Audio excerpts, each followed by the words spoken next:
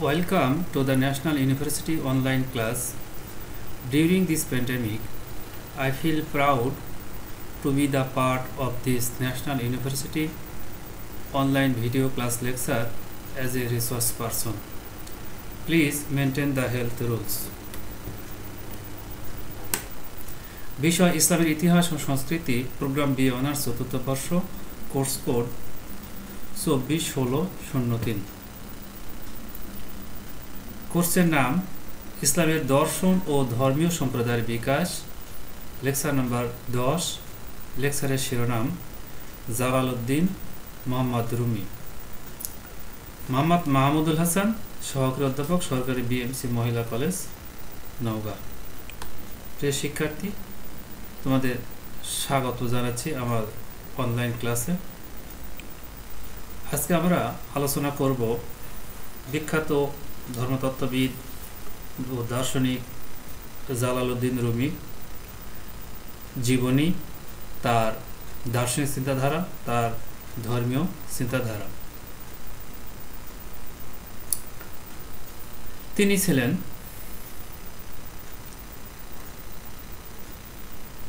তেরো শতকের একজন ফার্সি সুন্নি মুসলিম কবি, আইনজ্ঞ, ইসলামী ব্যক্তিত্ব, ধর্মতাত্ত্বিক, অতীন্দ্রিয়বাদী সুফি। কেউ কেউ জানেন তাকে জালালউদ্দিন মোহাম্মদ বাল্খি হিসাবে, কেউ জানেন মাওলানা রুমি হিসাবে, কেউ কেউ জানেন তাকে মৌলভী রুমি নামেও।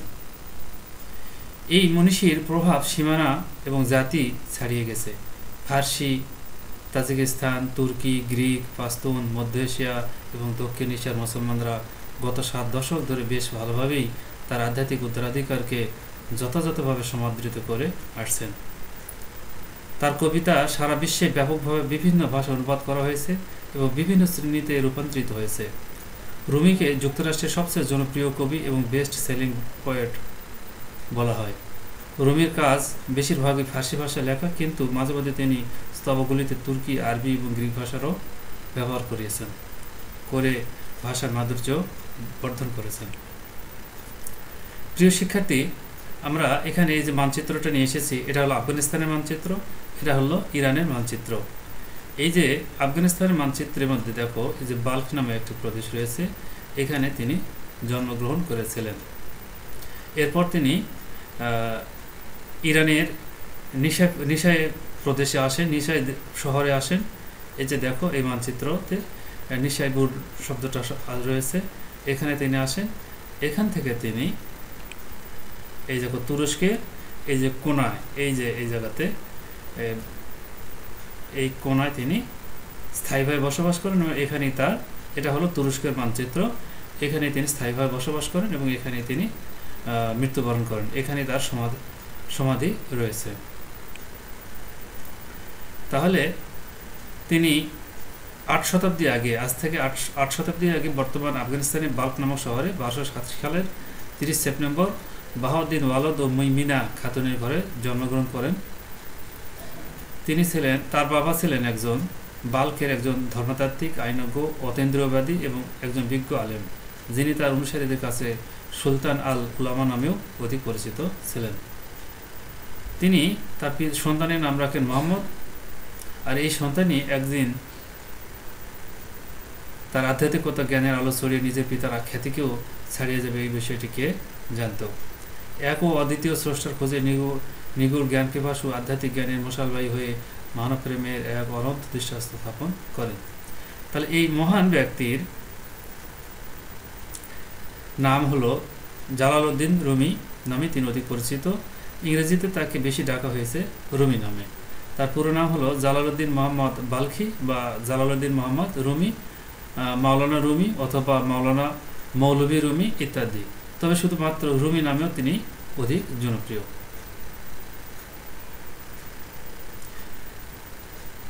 2005 সালে ইউনেস্কো তুরস্কের মৌলভী শামা উৎসবকে ঘোষণা করে মৌখিক এবং স্পর্শাতীত সেরা শিল্পকর্মের মানুষের ঐতিহ্য হিসাবে, আর 2007 সালকে ইউনেস্কো রুমি বর্ষ হিসাবে স্বীকৃতি দেয়। তার প্রাথমিক শিক্ষা শুরু বিভিন্ন প্রতিকূল পরিস্থিতির মধ্য দিয়ে রুমির জীবন অতিবাহিত হলেও তার শিক্ষা দীক্ষা বা লেখাপড়ায় কোনো রকম বিঘ্ন ঘটেনি। পিতার নিকট থেকেই তার প্রাথমিক শিক্ষা শুরু। তিনি তার নিকট থেকে কোরআন, তাফসির, হাদিস, ফিকহ, যুক্তিবিদ্যা, দর্শন ইত্যাদি বিষয়ে জ্ঞান লাভ করেন। শুধু তাই নয়, আধ্যাত্মিক সাধনার প্রথম পর্বটিও তার নিকট থেকে প্রাপ্ত হয়েছিলেন। জ্ঞানের প্রতি তার অনুরাগ ছিল প্রবল ও তীব্র। প্রখর, ধীসম্পন্ন ও অসাধারণ স্মৃতিশক্তির কারণে অল্প বয়সে তিনি জ্ঞানের বিভিন্ন শাখায় পারঙ্গম হয়ে উঠেছিলেন। তার 24 বছর বয়সে পিতার মৃত্যু হয়। আমরা এখানে দেখতে পাচ্ছি যে প্রত্যেক মনীষী, আমরা যাদের আলোচনা করেছি ইতিপূর্বে, প্রত্যেক মনীষী, প্রত্যেক চিন্তাবিদই কিন্তু শৈশবকালে কোরআন, হাদিস, ফিকহ, যুক্তিবিদ্যা ইত্যাদি আত্মস্থ করেছিলেন। এই বিষয়ে তারা পারদর্শী ছিলেন। আর আমরা যাদের আলোচনা করেছি তাদের প্রত্যেকেই আমরা পেয়েছি কি জ্ঞানের প্রতি তাদের প্রবল অনুরাগ দেখতে পেয়েছি, তীব্র আকাঙ্ক্ষা দেখতে পেয়েছি। আর তারা সবাই ছিলেন কি ভীষণ পরিশ্রমী। তাহলে আমরা বুঝতে পারছি যে তাহলে পরিশ্রমী হলো সাফল্যের চাবিকাঠি। আমরা বুঝতে পারছি যে জ্ঞানের প্রতি প্রবল আকাঙ্ক্ষা থাকতে হবে। যদি তোমাদেরও তার মতো যদি জ্ঞানের প্রতি প্রবল আকাঙ্ক্ষা থাকে, জানার যদি প্রবল আকাঙ্ক্ষা থাকে, তাহলে তোমরা কি হবে? জ্ঞানী হবে। এবং তোমাদের যে পাঠ্য সিলেবাস, এই সিলেবাসকেও তোমরা সহজেই রপ্ত করতে পারবে। এর জন্য থাকতে হবে কি প্রবল আকাঙ্ক্ষা থাকতে হবে। আর এই যে জানার আগ্রহ থাকতে হবে, জ্ঞানের সীমাকে আরও বাড়িয়ে নিতে হবে। আমরা আগে বলেছি যে তারা সপরিবারে আর কি তার মা বাবা সহ যখন মঙ্গলধারা মধ্যে এসে আক্রান্ত হয়, তখন তার পিতা তার পুরো পরিবার নিয়ে এবং একদল শিষ্য সহ ইরানের শহর নিশাপুরে চলে আসেন। আর নিশাপুরে থাকাকালে রুমির সাথে তখন পারস্যের সবচেয়ে জনপ্রিয় রহস্য কবি আত্মার এর দেখা হয়। আত্মার সাথে সাথে রুমির আধ্যাত্মিক বৈশিষ্ট্য চিনতে পেরেছিলেন।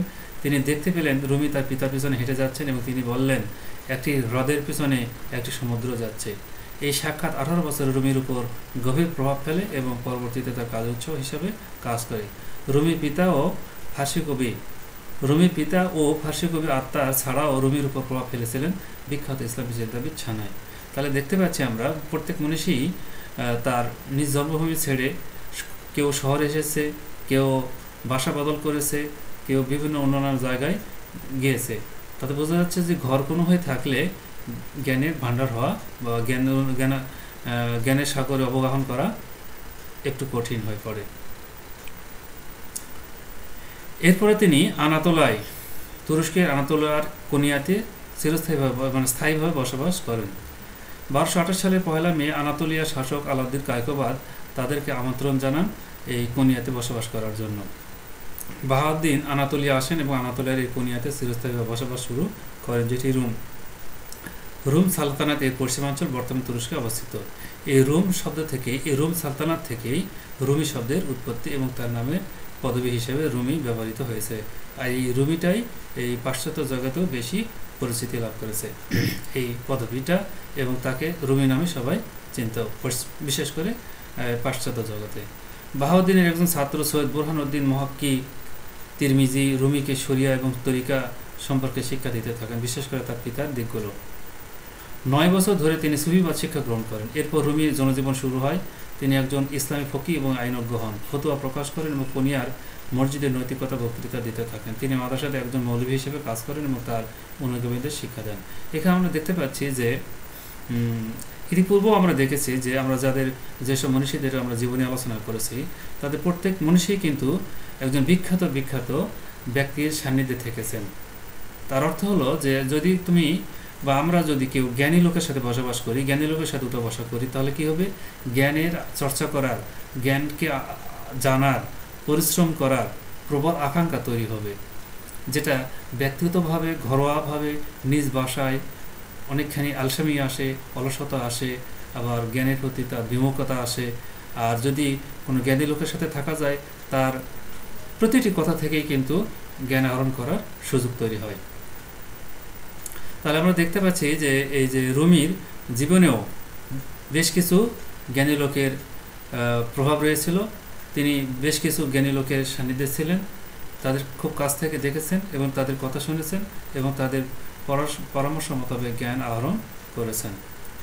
রুমির জীবন ও দর্শনে যিনি তাকে সবচেয়ে বেশি প্রভাবিত করেছিলেন তিনি হচ্ছেন দরবেশ শামস তাবরিজ, যার সাক্ষাৎ হয় 1244 সালে, যেটি তার জীবন সম্পূর্ণভাবে বদলে দেয়।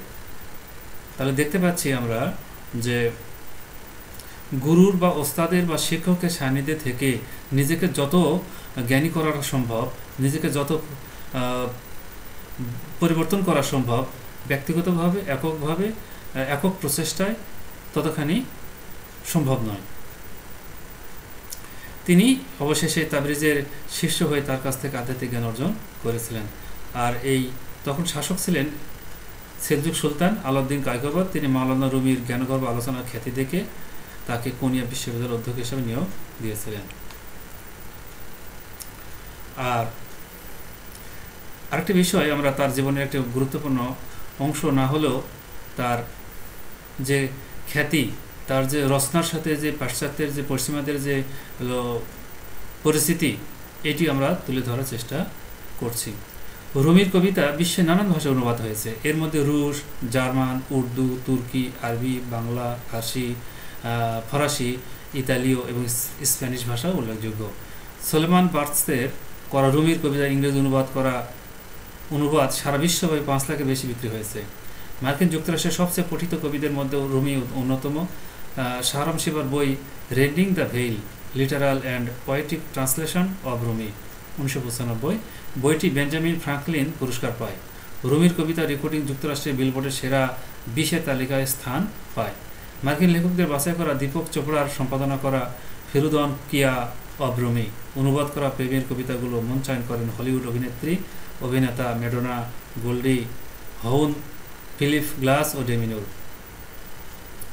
তাহলে আমরা দেখতে পাচ্ছি যে তার জ্ঞানের সাথে বিভিন্ন ভাষাভাষী লোকজন পরিচিত হয়েছে, তার রচনার সাথে বিভিন্ন ভাষাভাষী লোকজন পরিচিত হয়েছে, যেমন বিশেষ করে রুশ, জার্মান, উর্দু, তুর্কি, আরবি, বাংলা, ফরাসি, ইতালি এবং স্প্যানিশ ভাষাভাষী লোকেরা পরিচিত হয়েছে, তার জ্ঞানকে নিজেদের মধ্যে আত্মস্থ করেছে। আর তার প্রেমের কবিতাগুলো মঞ্চায়নও হয়েছে। মাওলানা রুমি রিভিউ বার্ষিকী প্রকাশিত হয় এক্সেটার বিশ্ববিদ্যালয়ের ফার্সি এবং ইরানি চর্চা কেন্দ্র থেকে, সাইপ্রাসে নিকুশিয়া রুমি ইনস্টিটিউট এবং কেমব্রিজের আর্কেটাইভ বুকস এর সহযোগিতায়। প্রথম খণ্ড প্রকাশিত হয় 2010 সালে, আর এরপর থেকে প্রতি বছর এটি প্রকাশ করা হয়। সাময়িকীটির প্রধান সম্পাদক লিওনার্দো লিউশিন এর মতে, গুরুত্ব এবং ফলাফল দান্তে, শেক্সপিয়ার, মিল্টন এর যদিও কয়েকজন মুসলিম কবি সহজ প্রতিদ্বন্দ্বী ছিলেন, কিন্তু পশ্চিমে তারা সাহিত্যে খ্যাতি উপভোগ করে, কারণ আরবি ও ফার্সি দার্শনিক, লেখক এবং কবিদের নগণ্য, তুচ্ছ, রুচিহীন হিসেব দেখে ওয়েস্টার্ন ক্যাননের মহা আখ্যানের কাছে। মাওলানা রুমি রিভিউ এর লক্ষ্য হচ্ছে বিশ্ব সাহিত্যের সব তাচ্ছিল্যপূর্ণতার অবসান ঘটানো, যেটি পশ্চিমা সাহিত্যের ভুল কল্পনার চেয়েও আরও গভীর। এই মহামনীষী, মহাজ্ঞানী, এই বিশিষ্ট ইসলামী চিন্তাবিদ 17 ডিসেম্বর 1273 সালে এই মহান জ্ঞানী দার্শনিক কোনিয়ায় শেষ নিঃশ্বাস ত্যাগ করেন। তাকে কোনিয়া সমাহিত করা হয় এবং সেটি এখন একটি তীর্থস্থান হয়ে উঠেছে। তার সমাধি দেখতে আজও বিশ্বের বিভিন্ন প্রান্তে অমুসলিমরা ছুটে যান। তাকে তার পিতার কাছে সমাহিত করা হয়, যেটি একটি চমকপ্রদ ঘর, ইয়াসিল তুর্ব বা সবুজ সমাধি, যা বর্তমানে মাওলানা মিউজিয়াম নামে পরিচিত। তার কবর উপর দাঁড়িয়ে আছে, তার সমাধি ফলকে লেখা আছে, যখন আমি মৃত, পৃথিবীতে আমার সমাধি না খুঁজে আমাকে মানুষের হৃদয় খুঁজে নাও। প্রিয় শিক্ষার্থী, আমরা তোমাদের দেখার সুবিধার্থে এই যে দেখো কোনিয়া তার হলো সমাধি স্থল, এই হলো তার সমাধি। এই যে আমরা তোমাদের দেখার উদ্দেশ্যে আমরা এই সমাধিস্থলের ছবিটি নিয়ে এসেছি, তোমাদের যাতে মনে থাকে যে তিনি তুরস্কের এই কোনিয়ায়, আনাতোলিয়ার কোনিয়ায় তিনি চিরস্থায়িত রয়েছেন, এখানে তার কবর রয়েছে। আমরা তার মূল আলোচনায় যাওয়ার আগে তার বিখ্যাত গ্রন্থ মসনবী সম্পর্কে একটি কথা বলতে চাই। তার লেখা মসনবীকে ফার্সি ভাষায় লেখা সবচেয়ে শ্রেষ্ঠ কাব্যগ্রন্থ হিসেবে তুলনা করা হয়। তার অনুবাদগুলিও খুব জনপ্রিয়, বিশেষ করে তুর্কি, আজারবাইজান, যুক্তরাষ্ট্র এবং দক্ষিণ এশিয়ায় তার অনুবাদগুলি খুব জনপ্রিয়। আমাদের বাংলাদেশেও এই বাংলা ভাষায় রচিত অনুদিত তার গ্রন্থটিও বেশ জনপ্রিয়। বাংলা ভাষার অনুদিত হয়েছে যে সোলেমানিয়া বুক হাউস কর্তৃক প্রকাশিত অনুবাদ করেছেন আলহাজ হজরত মাওলানা শামসুল হক সাহেব, যিনি সাবেক অধ্যক্ষ ছিলেন উত্তর বাড্ডা ইসলামিয়া কামিল মাদ্রাসা ঢাকা থেকে। আর সম্পাদনা করেছেন অধ্যাপক মাওলানা আবু তৈয়ব মোহাম্মদ সাদিকুল্লাহ, তিনি MBBA MA ইসলাম বিশ্ববিদ্যালয় কুষ্টিয়া, আর প্রভাষক চাপরাশির হাট ইসমাইল ডিগ্রি কলেজ সদর নোয়াখালী। আরও একজন সম্পাদনা করেছেন মাওলানা মোহাম্মদ মিজানুর রহমান জাহিরি, খতিব, কাজলা কেন্দ্রীয় জামে মসজিদ ঢাকা। বিভাগীয় সম্পাদক মাসিক পরওয়ানা। আরেকজন সম্পাদনা করেছেন, তিনি হলেন মোহাম্মদ নূর উল্লাহ আজাদ, প্রাক্তন অনুবাদক, ইসলামিক ফাউন্ডেশন বাংলাদেশ। তাহলে এই বইটি তোমরা পড়ে দেখতে পারো। পড়লে তোমরা তার চিন্তার গভীরতা, তার ইসলামী চিন্তাধারার সাথে পরিচিত হতে পারবে। শুরুতেই আমরা তার প্রেম বিষয়ক চিন্তা নিয়ে আমরা আলোচনা করতে পারি। মসনবের মূল সুর হলো প্রেম। প্রেমই বিশ্ব সৃষ্টি, প্রেমই জীবন, এ রহস্য অনুসন্ধানী মসনবী। আচ্ছা, প্রেমই মানুষকে ক্ষুদ্র থেকে ঊর্ধ্বে তুলে ধরে। প্রেমই নিজ স্বার্থ ভুলে গিয়ে অপরের জন্য বিপদ সমুদ্রে ঝাঁপ দিতে অনুপ্রাণিত করে মানুষকে। প্রেম মিথ্যা গর্বের প্রাচীর ভেঙে দিয়ে ব্যক্তি স্বাতন্ত্র্যের উৎকট নিঃসঙ্গতা থেকে মানুষকে প্রাণময় কল্যাণের পথে মুক্তি দেয়। মাওলানা রুমির অসামান্যতা এখানে তিনি জীবনের প্রচলিত রূপকার নন, তিনি জীবনের বহিরাঙ্গ রূপায়ণ করেননি। প্রাণীর গভীর উচ্চতর জীবন আকাঙ্ক্ষায় যে মানুষ আকুলি বিকুলি করতেন, তিনি সে মানুষের জীবন জিজ্ঞাসা মসনবীতে তুলে ধরেছেন। তাই মাওলানা রুমির মরমী চেতনাকে বুদ্ধিবাদী শুদ্ধাচারী দৃষ্টিভঙ্গিতে দেখা এক রৈখিক হবে। তার গভীরে যেতে হলে গভীর অন্তর্দৃষ্টি আর কাব্যময় আবেগের প্রয়োজন আছে। নিরেট গদ্যময় জীবন দিয়ে দৃষ্টি দিয়ে রুমিকে বুঝতে যাওয়া, হাজার বছর জলে অবগাহন করে জলের স্বাদ না পাওয়ার নুড়ির মতো হওয়া দশা হবে এইসব পাঠকের। তাহলে আমরা বুঝতে পারছি যে তার এই মসনবী গ্রন্থটি বুঝতে হলে গভীর মনোযোগের সাথে পড়তে হবে, গভীর আগ্রহের সাথে পড়তে হবে এবং সর্ব মনোযোগ দিয়ে পড়তে হবে।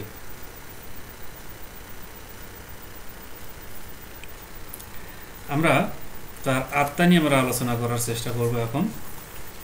তোমরা জানো যে আমরা ইতিপূর্বে যত মনীষীদের জীবনী আলোচনা করেছি তাই প্রায় প্রত্যেকেই আত্মা নিয়ে তাদের মতামত ব্যক্ত করেছেন, তাদের চিন্তা ব্যক্ত করেছেন। তার মতে মানুষের শরীরে প্রকাশ্য বস্তু যা পানাহার সামগ্রীতে প্রতিফলিত, এই শরীরকে সচল রাখার জন্য এর ভিতরে একটি কি আছে? আত্মা আছে।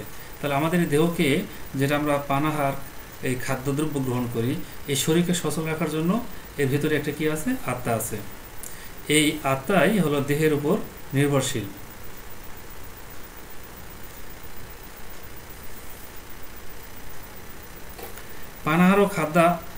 পানাহার ও খাদ্য হতে এই রূহ বা আত্মার উৎপত্তিও নয়, এ দ্বারা এর মধ্যে কোনো পরিবর্তনও হয় না।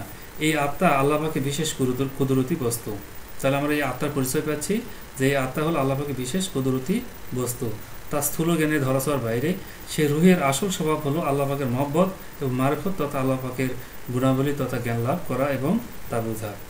আর আল্লাহর মহব্বত এশেক তথা আল্লাহ প্রেমী হলো এই রুহের খাবার। তাহলে আমাদের দেহের খাবার হলো এই যে আমরা খাদ্য যেগুলো গ্রহণ করি সেগুলো, আর আত্মার খাদ্য হলো যে আল্লাহ পাকের প্রেম। জড়ের দেহের চাহিদা আরামায়েশ আর ভোগবিলাসে প্রাবল্য রুহ মরে যায়। যদি আমাদের এই যে শরীর যদি বেশি আরামায়েশে থাকে আর ভোগবিলাসে থাকে এই শরীর, তাহলে কি হয়ে যাবে? রুহ তত দুর্বল হয়ে পড়বে।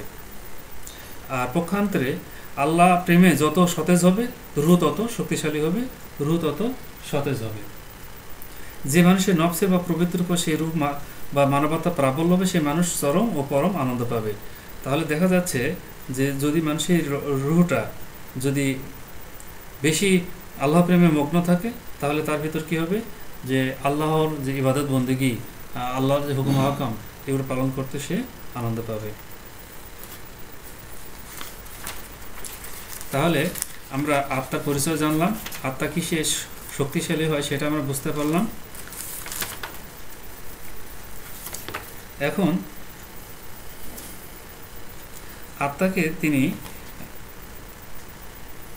দুটি ভাগে ভাগ করছেন। আচ্ছা, প্রতিটি মানুষের দেহ ভৌতিক পদার্থ মাটি, পানি, আগুন ও বায়ু দ্বারা সৃষ্ট। তাহলে আমাদের দেহকে মাটি, পানি, আগুন দ্বারা সৃষ্টি করা হয়েছে তার মতে। আর এই পদার্থ সমষ্টির সংমিশ্রণে বাষ্প বা বিদ্যুৎ জাতীয় একটি সূক্ষ্ম শক্তির সৃষ্টি হয়। এটা শুধু মানবজাতির বৈশিষ্ট্য নয়, বরং সব রকমের জানোয়ারের মধ্যেই থাকে। তাহলে দেখা যাচ্ছে যে চিকিৎসা বিজ্ঞানে এই শক্তিটিকেই আত্মা বা প্রাণ বলা হয়। আধ্যাত্মিক শাস্ত্রে এটাকে নফসে আম্মারা বলা হয়। এটা ভালো মন্দ বিবেচনা ও পরিণাম চিন্তা বিবর্জিত। এটা তিনটি অশুভ প্রভাব রয়েছে। তাহলে আত্মার এই নফসে আম্মারা তিনটি অশুভ প্রভাব রয়েছে, যার দ্বারা তিনটি স্বভাবের উদ্রেক হয়। তাহলে তিনটি অশুভ প্রভাব দিয়ে তিনটি স্বভাব জানা যায়। একটি স্বভাব হলো পশুত্বের স্বভাব। এটা প্রত্যেক মানুষ এবং সকল জানোয়ারের মধ্যেই রয়েছে। সেটা হলো খাওয়া দাওয়া দ্বারা কাম, রিপু, চরিতার্থ কর ইত্যাদি প্রভৃতি উদ্রেক হয়। এটা পশুত্বের স্বভাব। আর দ্বিতীয় স্বভাব হিংস্র জন্তুর স্বভাব। এটা মানুষ এবং প্রত্যেকটা জীবজন্তুর মধ্যেই রয়েছে, যার দ্বারা হিংসা, ক্রোধে বসে মারামারি, কাটাকাটি, করত, প্রতিশোধ গ্রহণের প্রবৃত্তি জন্মে। আর তৃতীয় হলো শয়তানের স্বভাব, যার আকর্ষণে পাপাচার, মিথ্যা, অহংকার, কূটকৌশলের দ্বারা ধোঁকা দেওয়া ইত্যাদি প্রবৃত্তি উদিত হয়। মানব সৃষ্টি মূলে উল্লেখিত এই যে ভৌতিক পদার্থ ছাড়াও আরও একটি বস্তু রয়েছে যা ঊর্ধ্ব জগৎ হতে আগত, উহা পদার্থ বা পদার্থীয় শ্রেণীর নয়। এই বস্তুটি হলো মানব জাতির বৈশিষ্ট্য। মানুষ এবং জিন ব্যতীত অন্য কোনো জীবের মধ্যে ওই বস্তুটি নেই। তাহলে আমরা দেখতে পাচ্ছি এই যে তিনটি স্বভাবের কথা বলা হয়েছে, এই তিনটি ছাড়াও ঊর্ধ্ব জগৎ হতে আগত এমন একটা বৈশিষ্ট্য মানুষের মধ্যে আছে, মানুষ আর জিনের মধ্যে আছে, যা অন্য কারোর ভিতর এই বৈশিষ্ট্য নেই।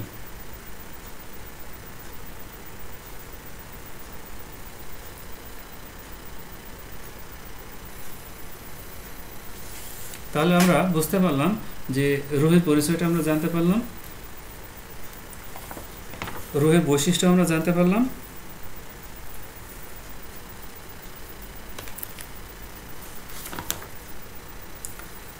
আর ভালো মন্দ প্রত্যেক মানুষের ভিতরে দুটি সূক্ষ্ম বস্তু আছে, একটি হলো নফস, অপরটি হলো রুহ, যাকে তাসাউফের পরিভাষায় আকলও বলা হয়। মানুষের শরীর নিম্ন জগতের ভৌতিক পদার্থের সৃষ্ট, আর এই পদার্থ নিশ্চয়ই সংমিশ্রণে বাষ্প, বিদ্যুৎ জাতীয় একটি সূক্ষ্ম শক্তিশালী বস্তু তৈরি হয়। এটা সূক্ষ্ম শক্তিশালী বাষ্প জাতীয় বস্তুটিকে তাসাউফের পরিভাষায় নফসে আম্মারা বলে, যেটা আমরা এর আগে পরিচয় দিয়েছি। তাহলে মানুষের শরীরের সৃষ্টিমূল ভৌতিক পদার্থ ছাড়া ঊর্ধ্ব জগতে একটি জিনিসও মিশে আছে, যা পশু পাখি ইত্যাদি কোনো জীবের মাঝে নাই।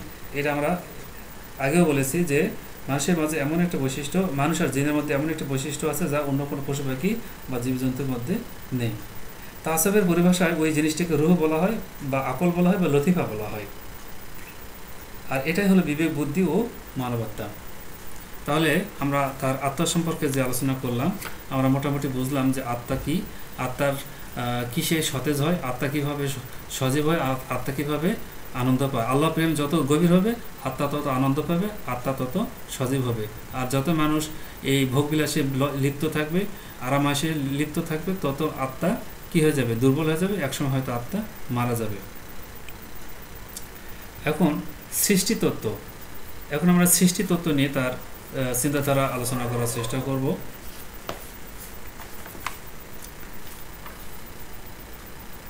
তার মতে কোনো সৃষ্টি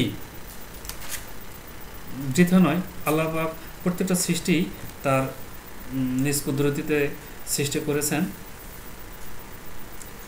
বাতাস, মাটি, পানি, আগুন সবই আল্লাহর অনুগত গোলাম। এসব তোমারও আমার নিকট প্রাণহীন, কিন্তু আল্লাহ তাআলা নিকট জীবন্ত। আমরা দেখি যে বাতাসের জীবন নাই, মাটি, পানি, আগুন সবই আমাদের কাছে জড় মনে হয়, কিন্তু প্রাণহীন মনে হয়, কিন্তু আল্লাহ তাআলা নিকটে একটি জীবন্ত এগুলো। তিনি একটি উদাহরণ দিয়েছেন যে আল্লাহ পাক কোরআন শরীফে ঘোষণা দিয়েছিলেন যে হে আগুন, ইব্রাহিমের উপর, মানে ইব্রাহিম আলাইহিস সালাম, নবী ইব্রাহিম আলাইহিস সালামের উপর শান্তিদায়ক শীতল হয়ে যাও। আগুন অক্ষরে অক্ষরে সে আদেশ পালন করলো।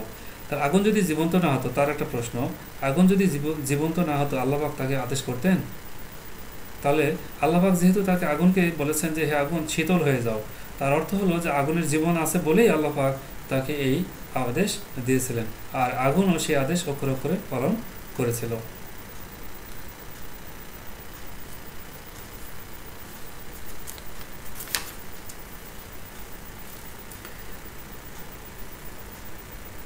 তাহলে এই যে সৃষ্টি তথ্য, আল্লাহ তিনি বলছেন যে লোহা, পাথর কোনোটির ভিতরে আগুন নেই, কিন্তু উভয়ের ঘর্ষণে তৃতীয় একটি বস্তুর জন্ম নেয়। এটাই হলো সৃষ্টি তত্ত্বের মূল রহস্য।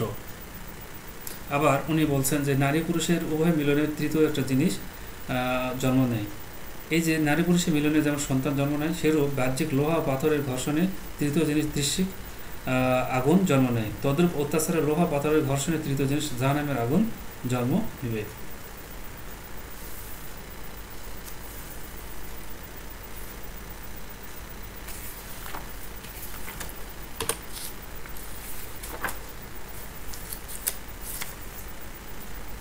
তিনি এই সৃষ্টির রহস্য বর্ণনা করতে গিয়ে তিনি একটা উদাহরণ দিয়েছেন যে তৈলর বীজ পানি দিয়ে প্রতিপালিত হয়, যথা সরিষা গাছের শিকড় পানি বা পানির আর্দ্রতা না পেলে সরিষা বীজ জন্মে না, কিন্তু শেষ ফলে পানির কোনো বিপরীত হয়। এই ক্ষেত্রে যখন পানি দিয়েই তৈলের প্রতিপালন হলো, তখন পানি কেন তৈলের বিপরীত কেন হলো?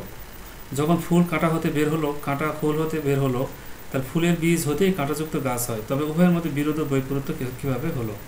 তাহলে এখানে দেখা যাচ্ছে যে বিশ্ব চরাচরের বৈচিত্র্যপূর্ণ সৃষ্টি রহস্যের গহীন সমুদ্রে তলিয়ে যাওয়া মানুষ সব কিছু হতে, এমনকি নিজের হতেও আত্মা বলা হয়ে পড়ে। এই সুযোগে সৃষ্টিকর্তার প্রতি ঝুঁকে পড়া, ধ্যান মনকে তার মধ্যে লিপ্ত করা সহজ হয়। এটাই হলো মানবের পরম সম্পদ। এই তথ্য অনুসারে এই বৈচিত্র্যময় সৃষ্টির রহস্য বলতে এটা বলা যায় যে বিচিত্র শ্রেণীর সৃষ্টি নিশ্চয়ের দ্বারা মানুষকে চমক লাগিয়ে এবং তাকে চরম বিস্মৃত স্তম্ভিত করে তাকে সৃষ্টিকর্তার দিকে আকৃষ্ট করা, এটা ওই সব বস্তু নিশ্চয়ের বৈচিত্র্যপূর্ণ সৃষ্টির একটি বড় রহস্য।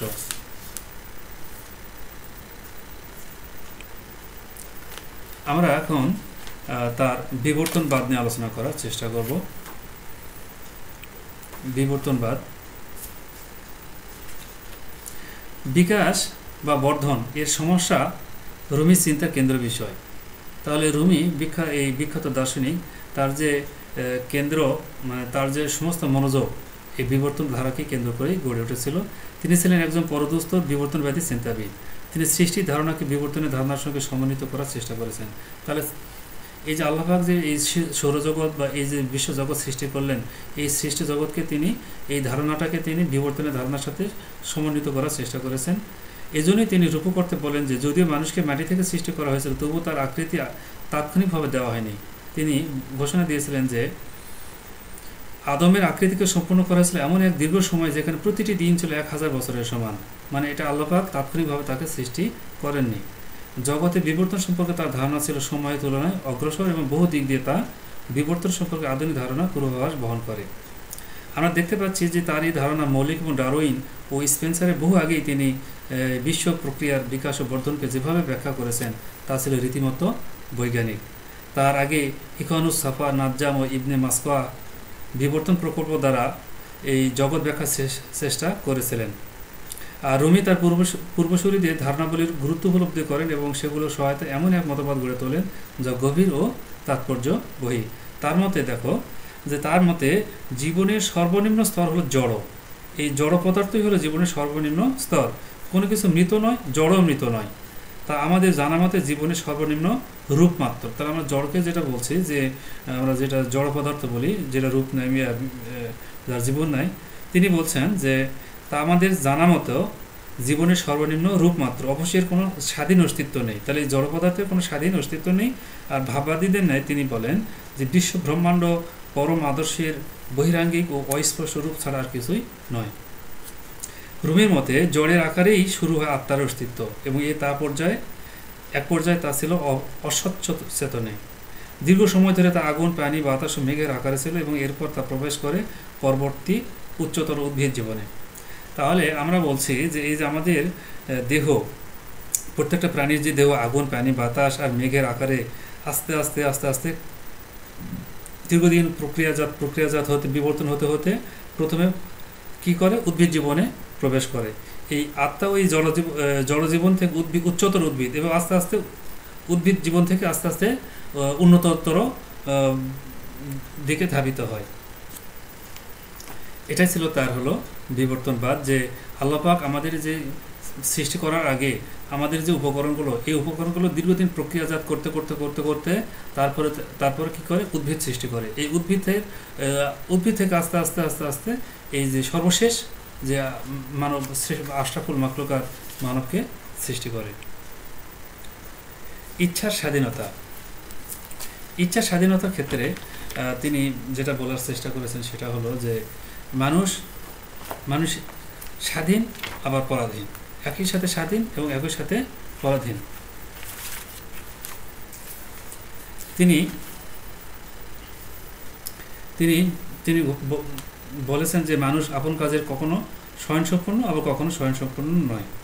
মানুষ বিভিন্ন ভালো কাজ করে, শয়তান তার পিছনে লেগে থাকে, তার মধ্যে আমিত্বের সৃষ্টি করে, তার মনে অহমিকা আনে।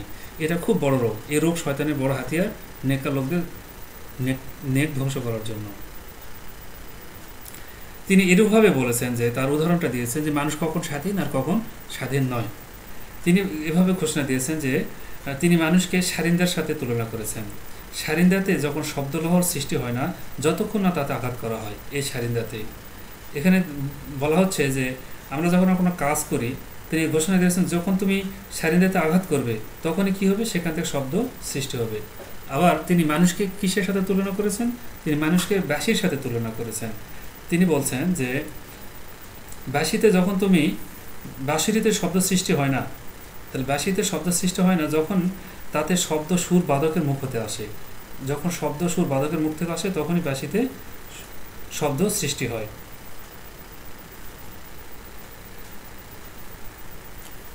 এইভাবে তিনি দেখিয়েছেন যে মানুষের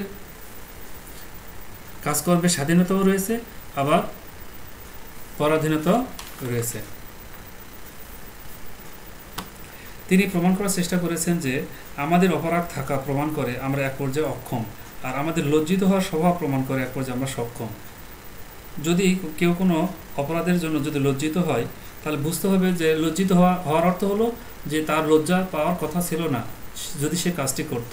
তাহলে যেহেতু তার স্বাধীনতা ছিল বলেই, তার কাজ করার ক্ষমতা ছিল বলেই সে কাজ করেনি, আর কাজ না করার কারণে সে লজ্জিত হচ্ছে। তাহলে আমরা বুঝতে পারছি যে আমরা লজ্জিত হওয়ার যে স্বভাব, এই স্বভাবটা প্রমাণ করে যে আমরা কাজ করতে, ওই কাজটি করতে সক্ষম ছিলাম। আর লজ্জার কাজ সম্পাদনে নিজের কিছু ব্যয় না হয়ে থাকলে, যদি আমার যে ক্ষমতা, যদি যে কাজটি করার জন্য আমরা লজ্জা পাচ্ছি, সেই কাজটি যদি করার ক্ষমতা না থাকে, তাহলে লজ্জা পাওয়ার তো কোনো কারণই থাকে না। ছাত্র কোনো অপরাধ করলে শিক্ষক তাকে তিরস্কার করেন, শাস্তি দেন। মানুষের কার্যে যদি তার ক্ষমতা ও স্বাধীনতা প্রয়োগ না থাকতো, তবে তা কেন শাস্তি পেত? মানুষ তার কাজে সফলতার জন্য চেষ্টা তদবির কতই না করে থাকে, কত রকম চিন্তা ভাবনা ও পরিকল্পনা করে। মানুষের কার্যে যদি তার করণীয় কিছুই না থাকতো, তবে কেন মানুষ শাস্তি পাবে? আবার মানুষ যে একেবারে অক্ষম না হওয়ার প্রমাণ হিসেবে তিনি বলেন যে শিকলে বাঁধা লোক আনন্দ করতে পারে কি? কারাগারে আবদ্ধ ব্যক্তি স্বাধীনতা দেখাতে পারে কি? অর্থাৎ তিনি বলছেন যে অক্ষমতার শিকলে বাঁধা জড়বস্তুর দ্বারা ভালো কাজ অনুষ্ঠিত হলেও সে আনন্দ পায় না।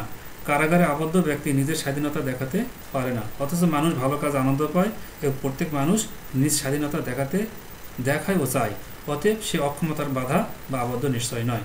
তাহলে তিনি বলছেন যে এখানে আমরা কিছু ক্ষেত্রে অক্ষম, আবার কিছু ক্ষেত্রে আমরা অক্ষমও নয়, আমরা স্বাধীনতা ভোগ করি এবং স্বাধীনতা দেখাই, আবার স্বাধীনতা দেখাতেও চাই। আদর্শ মানবের ক্ষেত্রে তিনি তার সুচিন্তিত মতামত পেশ করেছেন যে তার মতে আল্লাহওয়ালা ব্যক্তি সবসময় সরল প্রকৃতির হয়ে থাকেন। প্রকৃত আল্লাহগণ সাধারণত ইহ জগৎ থেকে বাস্তবে উদাসীন ও মনভোলা প্রকৃতির হয়ে থাকেন। এই অবস্থা তাদের জন্য আসলে সৌভাগ্যের নিদর্শন। হুজুর পাক সাল্লাল্লাহু আলাইহি সাল্লাম বলেছেন যে মুমিন ব্যক্তি সরল ও মনভোলা প্রকৃতির হবে এবং হবে ভদ্র, আর মুনাফিক হবে ধোঁকাবাজ। হুজুর সাল্লাল্লাহু আলাইহি সাল্লাম আরও বলেছেন যে বেহেশতের যোগ্য ব্যক্তিরা সরল ও ভোলা প্রকৃতির হয়ে থাকে। দুনিয়াবি চতুর এবং আখিরাতের চতুর ব্যক্তিদ্বয়ের মধ্যে পার্থক্য। যারা দুনিয়ার চালাক হবে, যাদের মধ্যে দুনিয়ার কর্মচাঞ্চল্য থাকবে, তাদের দৃষ্টিতে আখিরাতের মূল্য হবে কম, তারা আখিরাত হতে উদাসীন হবে। পক্ষান্তরে যে ব্যক্তি আখিরাতের চালাক হবে, যার মধ্যে আখিরাতের কর্মচাঞ্চল্য থাকবে, আসলে দুনিয়া তার নিকট নগণ্য প্রতিপন্ন হবে। তিনি এখানে একটা শ্লোক দিয়েছেন, যার বাংলা হলো, হে বন্ধু, এই জগৎ উদাসীন ও মনভোলা হয়ে থাকার উপরই নির্ভরশীল। অতি চালাক ও চতুর হওয়া অনেক ক্ষেত্রে জাগতিক জীবনের জন্য বিপজ্জনক হয়ে পড়ে। আখিরাতের জগতের জন্য চতুর হওয়ায় প্রকৃত প্রস্তাবে চাতুরী, এবং সেই চতুরতা প্রবল হলে সেই চতুরের দৃষ্টির নিকট এই বিশ্ব হয়ে যায়।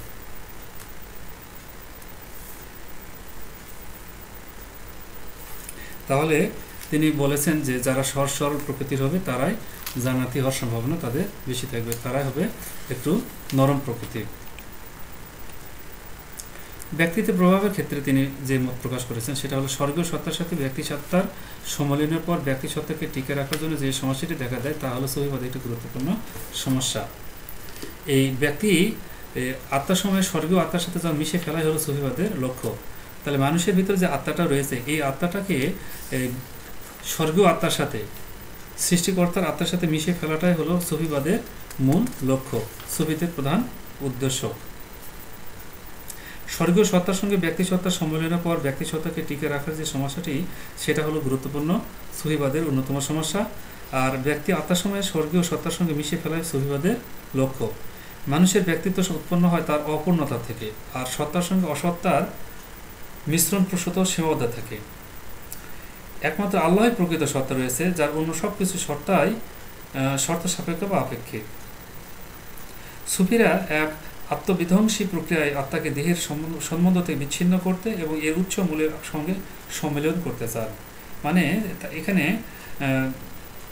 তারা বলার জন্য যে কথাটি বলার জন্য চেষ্টা করে সেটা হলো যে মানুষের দেহ তৈরি হলো এই পৃথিবীর উপকরণ দিয়ে, আর আত্মা হলো স্বর্গীয়।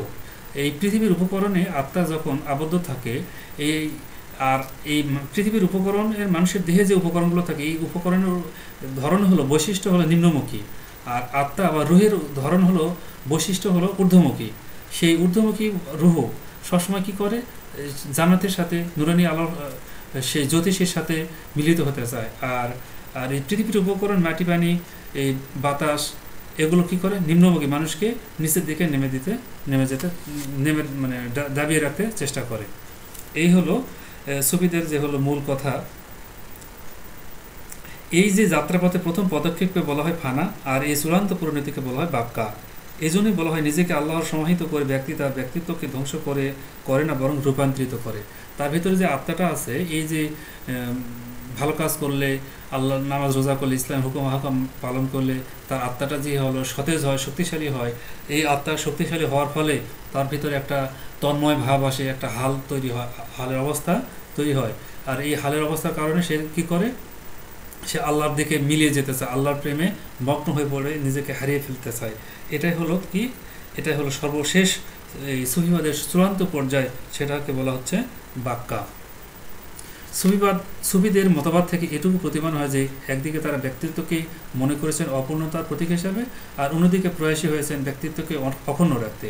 তারা ব্যক্তিত্বকে অপূর্ণ হিসাবেও ধরে নিয়েছেন, আবার অক্ষুণ্ণ হিসাবেও রাখতে চেয়েছেন।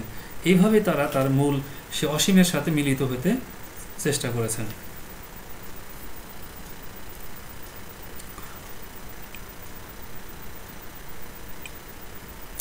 অমরত্ব সম্পর্কে এই রুমি ধারণা অতীন্দ্রিয় আত্মসত্তা সম্পর্কে তার ধারণার সঙ্গে যুক্ত।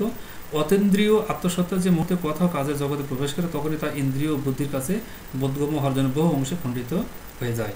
রুমি বলেন, মানুষ মৃত্যুকে ভয় পায় কারণ সে নিজেকে সেই প্রাতিভাসিক প্রকৃতির অংশ বলে মনে করে, যেখানে বস্তুর বৃদ্ধি ও ক্ষয় ঘটে। এই জন্য সে মানুষকে এটুকু বুঝিয়ে দিতে চায় যে তার আসল ব্যক্তিসত্তা প্রকৃতির উৎপন্ন দ্রব্য তো নয়, বরং খোদ প্রকৃতির উৎস স্বরূপ। এই সত্যের উপলব্ধি মানুষকে মৃত্যু ভয় থেকে মুক্ত করে। রুমির মতে মানুষ তার অতীন্দ্রিয় স্বরূপের দিক থেকে অনন্ত ও অমর, কিন্তু কালিক অস্তিত্বের দিক থেকে সে ক্রমবর্ধমান অমরত্ব লাভ করতে পারে। নৈব্যক্তিক অমরত্বের ধারণাটি রুমির পূর্ববর্তী সুফিরাও সমর্থন করেছিলেন, কিন্তু ক্রমবর্ধমান অমরত্বের ধারণাটি সম্পূর্ণ মৌলিক ও অভিনব। ডারউইন সংগ্রাম ও নির্বাচনের মধ্যে দিয়ে নতুন নতুন প্রজাতির কথা বলেছিল, কিন্তু রুমি শিক্ষা দিলেন মৃত্যুর মাধ্যমে আত্মনির্মাণের বিবর্তন। তার মতে প্রতিটি মৃত্যু এক উচ্চতর জীবনে আরোহণের পদক্ষেপ মাত্র। প্রিয় শিক্ষার্থী, আমরা আমাদের আলোচনা শেষ পর্যায়ে চলে এসেছি। তোমরা যদি আরও বাড়তি পড়াশোনা করতে চাও তাহলে এই বইয়ের তালিকা দেওয়া আছে, তোমরা এখান থেকে এই বইগুলি সংগ্রহ করে পড়তে পারো। এখানে কিছু ইংরেজি বইয়ের তালিকা দেওয়া আছে, তোমরা পড়তে পারো। সবাইকে ধন্যবাদ।